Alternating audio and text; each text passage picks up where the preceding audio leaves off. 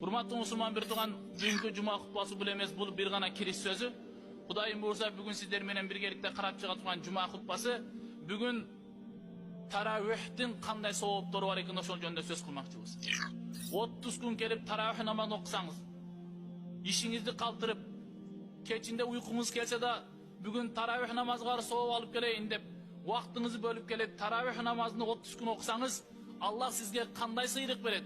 Мына ошол жөнүндө сиздер менен биргеликте сөз кылабыз, урматтуу мусулман бир туган.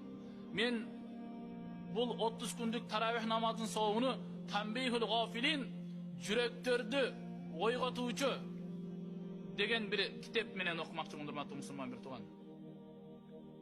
Ана Али ибн Аби Талиб радийаллаху таала анху аннаху кал: "Суила ан-наби алейхи салату вассалам ан фадаил ат-таравих fi shahri Ramadan." Бул хадисте пайгамбарыбыздын күйөө балдары Хазрет Али бизге риваят кылат. Бир канча сахабалар келип, "О Аллахтын элчиси, Рамазан айынын сооптору, Рамазан айынын артыкчылыгы жөнүндө бизге айтып бербейсизби? Бизге айтып бериңиз, эгер кайсы бир момун мусулман Рамазан айында 30 күн келип таравих намазын окуса кандай соопторго ээ болот?" деп бир канча сахабалар пайгамбарыбыз саллаллаху алейхи вассаламдан ушинтип сурады. Пайгамбарыбыз саллаллаху алейхи вассалам сахабаларга ушундай деди: "Яхруджул муъмин мин замбихи фи аввали лейлатин каяуми валадат уммуху." Кайсы бир момун биринчи күнү келип таравих намазын окуса, ал адам эненен жаңы төрөгөндөй бардык күнөөлөрү кечирилет деди. Пайгамбар саллаллаху алейхи вассалам: "Ал эми кимде ким экинчи күнү келип таравих намазын окуса, югфару лаху ва ли абавайхи ин кана муъминайни." Ошол экинчи күнү келип таравих намазын окуган адамдын күнөөсү кечирилет, жана ата энесинин күнөөсү кечирилет, эгер ата энеси мусулман болсо дейт. Кимде ким таравих намазын 3-чү күнү келип таравих намазын окуй турган болсо, юнади малакун мин тахтил арш истахлисил амала гафараллаху ма тaqaddama min zamбик. Кимде ким 3-чү күнү келип таравих намазын окуса, Аллахнын аршынын астынан бир бериште катуу кыйкырык менен үн салат: "Ар бир амалыңды Аллахтын ыраазылыгы үчүн кыл, Аллах сенин өткөн күнөөлөрүңдү кечирди" дейт. Ал эми кимде ким 4-чү күнү келип таравих намазын окуй турган болсо, "Минал ажри мислу qiraati Tavrati wal Injil wal Zabur wal Furqan." Бул адам Таврат жана Инжил, Забыр, Кур'андын окугандай соо болот. Ал эми кимде ким 5-чү күнү келип таравих намазын окуй турган болсо, "A'tahu Allahu ta'ala misla man salla fil masjidil harami wa masjidil Madina wa masjidil Aqsa." Кимде ким 5-чү күнү келип таравих намазын окуй турган болсо, бул адам Масжидил Харамда намаз окугандай болот.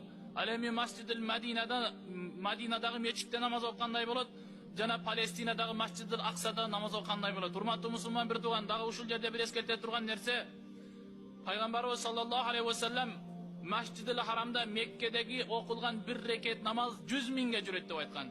Ал эми Масжидил Набави пайгамбардын мечитинде окулган намаз 50 миңге жүрөт.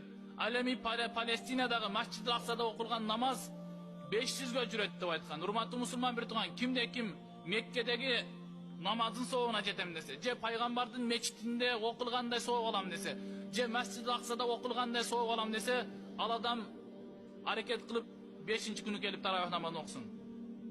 Урматтуу мусулман бир туган, кайсы бир момун мусулман 6-чы күнү келип таравих намазын окуса, "Атахуллаху таала саваба ман тафа бил байтил маъмури ва ястагфиру лаху куллу хаджарин ва мадарин."